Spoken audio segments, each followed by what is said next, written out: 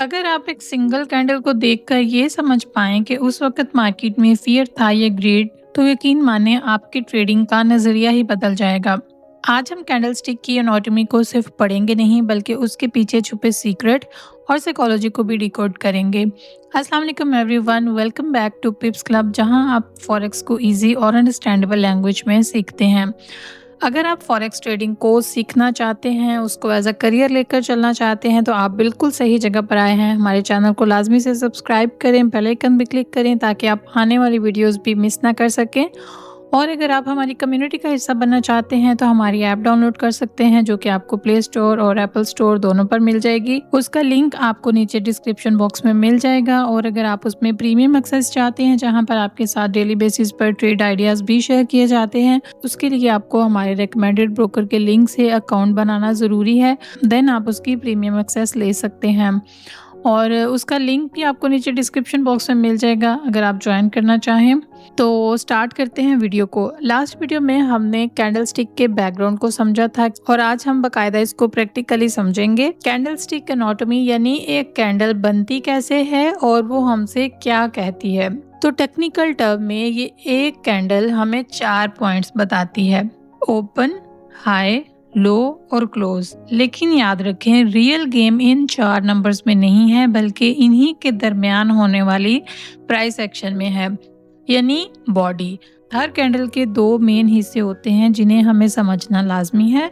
सबसे पहले हम बात करते हैं बॉडी के बारे में, यानी ये कैंडल का वो भरा हुआ हिस्सा है जो हमें ओपन और क्लोज के दरमियान का फासला दिखाता है। अगर कैंडल की बॉडी बड़ी है तो इसका मतलब है कि मोमेंटम स्ट्रांग है और मार्केट एक डायरेक्शन में क्लियर है।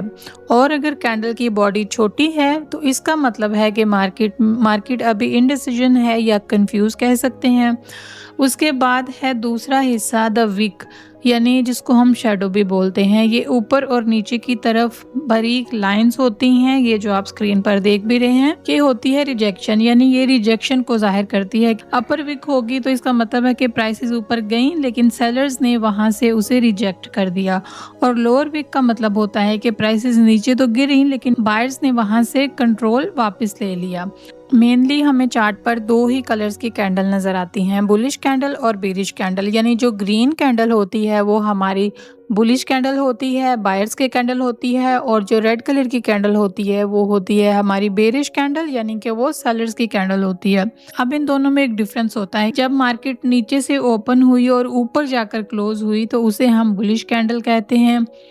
मतलब इसकी जो ओपन प्राइस है वो हमेशा नीचे होती है और क्लोजिंग प्राइस जो है वो हमेशा ऊपर होती है। इस वजह से हम इसे बुलिश कैंडल कहते हैं। इट्स मीन के बायर्स ने उसे नीचे से पुश किया ऊपर की साइड।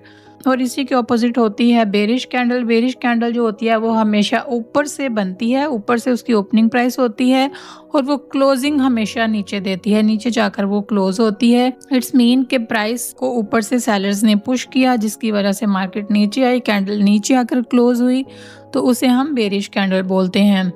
अच्छा, मैं यहाँ पर आपको एक चीज़ बता दूं कि ट्रेडिंग प्लेटफॉर्म जैसे ट्रेडिंग व्यू या मेटाट्रेडर 5 हो गया, आप इन पर इन कलर्स को अपनी पसंद से चेंज भी कर सकते हैं, डिफरेंट कलर्स में भी कैंडल्स को कर सकते हैं। लेकिन प्रोफेशनल स्टैंडर्ड हमेशा ग्रीन फॉर बाय और रेड फॉर सेल ही रहता है। ठीक है, यहाँ से असली ट्रेडिंग शुरू होती है। यानी एक कैंडल सिर्फ एक शेप नहीं होती, बल्कि बायर्स और सेलर्स की जंग का रिजल्ट होता है।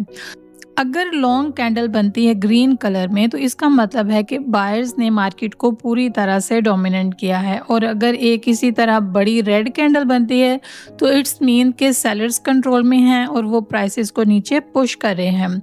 लॉन्ग वीक अगर बनती है विद स्मॉल बॉडी तो ये सबसे बड़ा साइन है कि मार्केट अभी किसी फैसले पर नहीं पहुंच सकी। अभी कंट्रोल बायर्स भी ले सकते हैं और सेलर्स भी ले सकते हैं, यानी मार्केट इनडिसीजन है। तो हमेशा याद रखें, जो भी ट्रेडर्स कैंडल्स की बॉडी और विक की ज़ुबान समझ आते हैं ना, उन्हें फिर किसी इंडिकेटर्स की बैसाखियों की ज़रूरत नहीं पड़ती। जितने भी मैं आपको आगे पैटर्न सिखाने वाली हूँ, आपने सिर्फ पैटर्न्स के नाम नहीं रटने, आपने उनके पीछे की साइकोलॉजी को समझना है, उनकी स्टोरी को समझना है कि मार्केट उस टाइम हमें क्या कहना चाह रही है। इसी वजह से मैं बड़े स्लोली और वन बाय वन करके आप लोगों को सारी चीज़ें डिटेल के साथ बताऊँगी, ताकि आप रट्टे से दूर रहें और आप जो हैं चीज़ों को डीपली समझ सकें।